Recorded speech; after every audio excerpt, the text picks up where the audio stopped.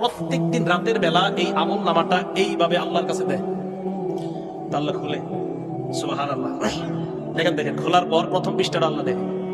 আল্লাহ জানে না সব, মানে ফেরেশতাদেরকে এটা বুঝ দেয়, ফেরেশতাদেরকে এটা বুঝ দিতে হবে, তারা লেখছি কষ্ট করে।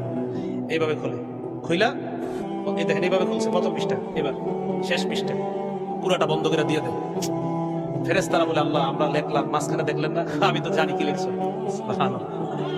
মাহমুদ আপনি কি দেখলেন? কয় প্রথম পৃষ্ঠার মধ্যে লেখা ইস্তেগফার, ফজর নামাজ, দুরুদ, তাসবিহাত, এই ভালো ভালো আমল প্রথম পৃষ্ঠায় লেখা। মাহমুদ শেষ পৃষ্ঠা? কয় শেষ পৃষ্ঠায় এশার নামাজ, ইস্তেগফার, তাসবিহ, দুরুদ। কয় মাঝখানে আল্লাহ? আমি জানি আমার বান্দা মাঝখানে ওই নামাজগুলোও করছে। কয় মাহমুদ আরো কিছু তো করছে, কিছু গুনাহ হয়ে গেছে বান্দার এদিক সেদিক আমি জানি। তো মাহমুদ ওইগুলা দেখলেন না? প্রথম পৃষ্ঠায়ও দেখলাম, শেষ পৃষ্ঠাও দেখলাম, মাঝখানের গুলা জানি। তোমাদেরকে সান্ত্বনা দেওয়ার জন্য আমি আমার বান্দার এটা দেখলাম। বন্ধ করে আল্লাহ বলেন, যাও দিয়ে দাও, ক্ষমা করে দিলাম। এই জন্য আমি আপনি আমল নামা এটা শুদ্ধ করা, কারণ এই কথাটা আল্লাহ বললেন। অতঃপর আমি কিয়ামতের মাঠে তোমাদেরকে উপলব্ধি করাবো, তোমাদেরকে জানিয়ে দিব বিমা কুনতুম তা'মালুন, তোমরা যে আমল করো এই আমলের ব্যাপারে তোমাদেরকে অবহিত করব।